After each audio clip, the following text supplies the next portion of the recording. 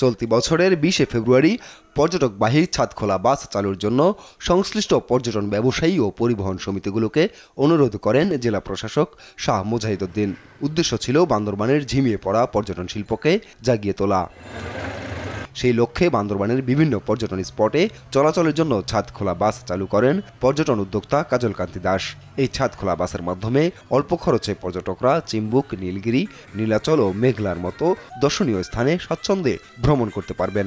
বান্দরবনে বেড়াতে আসা যে টুরিস্টরা আছেন তাদের জন্য খোলা ছাদ বাসটি খুবই আকর্ষণীয় এবং এটি বান্দরবনের প্রত্যন্ত এলাকায় ভ্রমণ অত্যন্ত নিরাপদ, আনন্দদায়ক এবং সুলভ মূল্যে পর্যটকরা ভ্রমণ করতে পারবেন। গেল রোববার উদ্বোধন করা হয় এই বাস সেবা।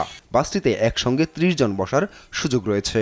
তবে এই সেবা চালু হওয়ার পরপরই স্থানীয় একটি পরিবহন সিন্ডিকেটের বাধার মুখে পড়ার অভিযোগ উঠেছে। এখানে একটা পরিবহন সিন্ডিকেট আমাদেরকে বাধাগ্রস্ত করতেছে বাসটা চালানোর ক্ষেত্রে। এটা নিয়ে প্রশাসনের সাথে কথাবার্তা চলতেছে।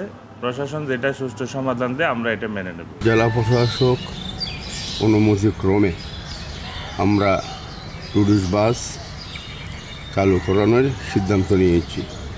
তাদেরকে আমি আহ্বান করব তারাও যাতে পর্যটন বাস চালু করে। টুরিস্ট বাসের মাধ্যমে পর্যটকদের বিনোদনে নতুন মাত্রা যোগ করবে পাহাড়ে, বলছেন সংশ্লিষ্টরা। আমরা সকল উদ্যোগকে স্বাগত জানাই।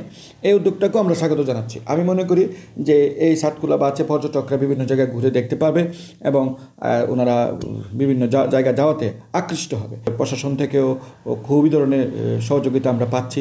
টুরিস্ট পুলিশ কাজ করতেছি, এপিবিএন আছে কাজ করতেছে। চারদিক থেকে আমরা নিরাপত্তার চাদরে কিন্তু এই বান্দরবনকে আমরা এই টুরিস্ট স্পটগুলিকে আমরা দেখে দিচ্ছি। বান্দরবানের চাঁদের গাড়িতে ভ্রমণ ব্যয়বহুল ও ঝুঁকিপূর্ণ।